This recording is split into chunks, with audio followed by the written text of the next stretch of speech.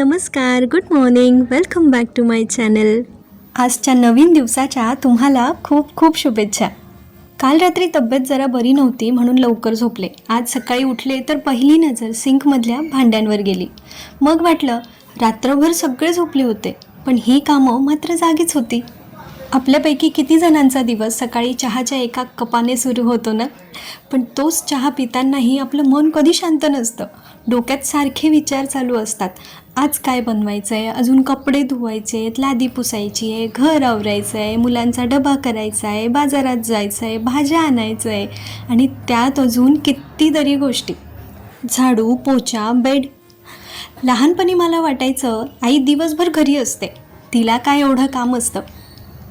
आज मीच ती कामं करते आणि आत्ता कळतं घरात राहणं आणि घर सांभाळणं या दोन खूप वेगळ्या गोष्टी आहेत. आज काय बनवू हा प्रश्न गुगलला विचारला तर उत्तर मिळेल, पण घरातल्या प्रत्येकाच्या आवडी लक्षात ठेवून जेवण बनवणं हे फक्त घर सांभाळणाऱ्या व्यक्तीलाच कळतं. माहिती आहे, घरातल्या कामाचं कौतुक फार कमी होतं, कारण ही कामं दिसत नाही, फक्त झाली की सगळ्यांना दिसतं. घर स्वच्छ दिसतं, जेवण तयार असतं, कपडे घडीचे असतात. ज्या दिवशी नाही होत त्या दिवशी घर डोक्यावर घेतलं जातं, पण त्यामागची मेहनत फार कमी लोकांना दिसते, नाही का? आज दिवसभर खूप काम केलं, पण संध्याकाळी पुन्हा विचार येतो उद्याही हे सगळं परत करायचं आहे, आणि तरीही आपण ते करतो, कारण हे आपलं घर असतं ना. आज एक छोटीशी विनंती आहे तुम्हाला. जर तुमच्या घरी आई असेल ना, तर तिला फक्त एवढंच म्हणा, आई आज मी तुला मदत करते किंवा करतो. थँक्यू ग आई. कदाचित तिला महागड्या गिफ्टपेक्षा हे 2 शब्द जास्त आनंद देतील. आईने आपल्यासाठी काय केलं आहे ही गोष्ट आई झाल्यानंतर जरा जास्तच जाणवायला लागली. आणि जर तुम्ही घर सांभाळत असाल ना, तर स्वतःला शाबासकी नक्की द्या, कारण तुम्ही जे करताय ते अजिबात सोपं नाही आहे. तुम्ही रोज जे करता त्याला सुट्टी नसते, पगार नसतो, पण त्याची किंमत खूप मोठी असते. तू दिवसभर करतेस तरी काय, हे वाक्य बहुतेक प्रत्येक घरातल्या मुलीने एकदा तरी ऐकलं असेल.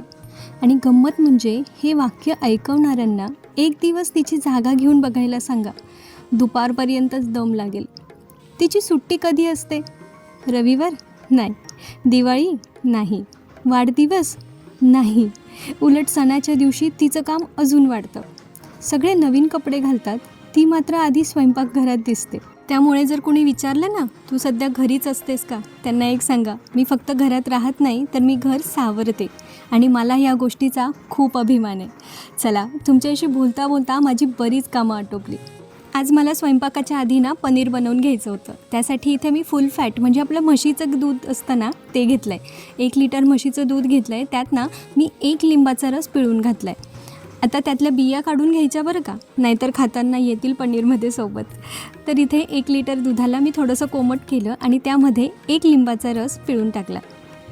थोड्या वेळानंतर मलईवालं पनीर बाजूला होतं आणि पाणी बाजूला होतं. बस असंच आपल्याला आपल्या आयुष्यातून निगेटिव्ह लोकांना पण पाण्यासारखं बाजूला काढून टाकता आलं पाहिजे, म्हणजे छान मलईदार आयुष्य आपल्याला एन्जॉय करायला मिळतं. हे थोडंसं नॉर्मल गार झालं ना, म्हणजे कोमट असेल ना, त्याच वेळेला एक असा मलमलचा सुती कपडा छानपैकी धुवून घ्यायचा, तो एखाद्या जाळीमध्ये ठेवायचा आणि अशा पद्धतीने त्याच्यात टाकून द्यायचा. नंतर 1-2 पाण्यांनी वॉश करायचं, म्हणजे लिंबाचा आंबटपणा पण निघून जातो आणि छानपैकी असं शुभ्र पांढरं शुभ्र पनीर आपल्याला मिळतं. आता इथे ना माझ्याकडे खरं तर पनीर मेकर होतं, पण मला असं वाटलं की पनीर मेकर जरा छोटं पडेल, पनीर जास्त दिसत होतं, म्हणून मी कपड्यामध्ये केलं. तुमच्याकडे पनीर मेकर असेल ना, तर तुम्ही त्याच्यात पण करू शकता. आता ह्या कपड्याला छानपैकी पिळून घ्यायचं, सगळं पाणी काढून टाकायचं आणि एखादा आहे ना जड वजन असं थोडा जाड डबा वगैरे असेल, जो हेवी असेल थोडासा, तो त्याच्यावरून ठेवायचा, म्हणजे ते छान सेट होतं. थोडा वेळ फ्रीजमध्ये पण ठेवू शकता. 40-45 मिनटात छानपैकी पनीर तुमचं रेडी होतं. तुम्हाला पाहिजे असेल तर आदल्या रात्री बनवून ठेवा, किंवा मग फ्रेश तुम्हाला भाजीला हवं असेल तर 40-45 मिनटं साधारण पनीर व्हायला लागतात. पनीर बनवून झाल्यानंतर मी नाश्त्याची तयारी करायला घेतली. तर आज नाश्त्याला होता वडा सांबर. मुलांना आज छोट्या टिफिनसाठी ना मेदूवडा हवा होता, त्यामुळे मग मी त्यांच्यासाठी वडे केले. तर आमच्यासाठी पण सोबत सांबार करून घेतलं म्हणजे नाश्त्याचं काम झालं. इथे मी थोडासा शॉर्टकट सांबार करते आहे, कारण सकाळी एवढा वेळ मॅनेज करणं खरंच पॉसिबल होत नाही. आता यासाठी ना मी थोडी तुरीची डाळ घेतली आहे, त्यासोबत मसूर डाळ घेतली आहे. तर आता पाणी ठेवायचं गरम करायला, त्यामध्ये डाळी धुवून टाकून द्यायच्या. त्यानंतर घरात तुमच्या ज्या काही भाज्या असतील ना, गाजर, शिमला मिरची, बटाटे, वांगे, शेवगा, गंगाफळ किंवा तुम्ही त्याला लाल भोपळा म्हणतात ते, तर ह्या सगळ्या भाज्या टाकून द्यायच्या. त्यानंतर मीठ टाकायचं, थोडीशी हळद टाकायची, सांबार मसाला, तिखट टाकायचं आणि कुकरच्या 3 ते 4 शिट्ट्या, जेवढं तुमची तुरीची डाळ शिजायला लागत असतील ना तेवढ्या शिट्ट्या घेऊन घ्यायच्या. आणि त्यानंतर आपण जसं खोबऱ्याच्या चटणीला वरून तडका देतो ना, तसं जिरं, मोहरी, कढीपत्ता असलेला तडका ह्या सांबारला तुम्ही वरून देऊ शकता. तुम्हाला वाटलं जर थोडं घट्ट असेल मिश्रण तर थोडंसं गरम पाणी टाकून तुम्ही त्याला पातळ पण करू शकता. आमच्याकडे थोडा घट्ट सांबार आवडतो त्यामुळे मी असा केला. सोबतच मी गरमागरम वडे पण करून घेतले आणि मस्तपैकी वडा सांबारचा नाश्ता एन्जॉय केला. त्यानंतर लंच केला आणि दिवसभरात बरीच काही कामं केली, पण मला ते शूट करायला खरंच वेळ नाही मिळाला. आणि अजून व्लॉगिंगसाठी मी थोडी नवीन आहे ना, तर प्रत्येक ठिकाणी मोबाईलचा कॅमेरा ऑन करायचं मात्र मी विसरून जाते. त्यामुळे सरळ मला रात्रीच आठवलं की आपल्याला व्हिडिओ पण शूट करायचा असतो. मग काय, तोपर्यंत डिनरची वेळ झाली होती, म्हणून मग सकाळी जे पनीर बनवलं होतं त्याचीच रेसिपी रात्रीला शूट करून घेतली. तर नेहमीसारखीच जसं तुम्ही करत असणार, कांदा, टोमॅटो, थोडेफार काजू, मगज बी असेल तर ते, आलं आणि लसूण हे सगळं मी छानपैकी परतवून घेतलं. ते काढून घेतलं. ते थोडंसं गार झाल्यानंतर मिक्सरमध्ये त्याचं वाटण करून घेतलं. त्यात थोडंसं तिखट मसाला पण टाकला वाटण करताना आणि त्याच्यानंतर छानपैकी तेल सुटेपर्यंत हे जे मसाला होता ना हा परतवून घेतला. त्यामध्ये पनीर थोडंसं तूप टाकून फ्राय करून घेतलं अगोदर आणि ह्या मसाल्यामध्ये टाकून स्टर करून घेतलं. आज आपण ज्या विषयावर बोललो ना की घरातल्या स्त्रीची कामं कधीच संपत नाही, तसेच अजून बरेच विषय आहेत माझ्याकडे बोलण्यासारखे. मलाही माहिती आहे की तुम्हाला पण ना असे प्रश्न दररोज पडत असतील. आपण ना दोघी मिळून ह्या प्रश्नांची उत्तरं शोधण्याचा प्रयत्न करूया. त्यासाठी जर चॅनलला तुम्ही सबस्क्राईब नसेल केलं ना अजून, तर पटापट करून टाका. मला खूप गप्पा मारायच्या आहेत तुमच्यासोबत.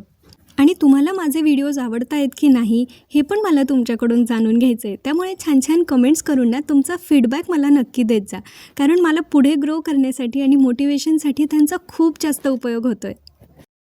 मी जेव्हा पण पनीरची भाजी करते ना तेव्हा थोडंसं पनीर असं ग्रेट करून किंवा असं हाताने चुरून फक्त त्यात टाकून देते, म्हणजे प्रत्येक घासाला ना थोडं पनीर आपल्याला खायला मिळतं आणि भाजी पण छान अशी रिच मलाईदार होते.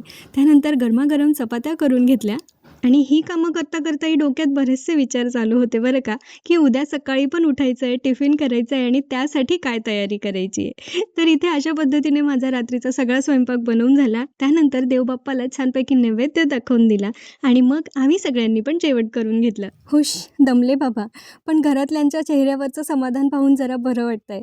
उद्या भेटूया पुन्हा नवीन विषयावर गप्पा मारायला. चॅनलला सबस्क्राईब केलं नसेल तर नक्की करा. बाय.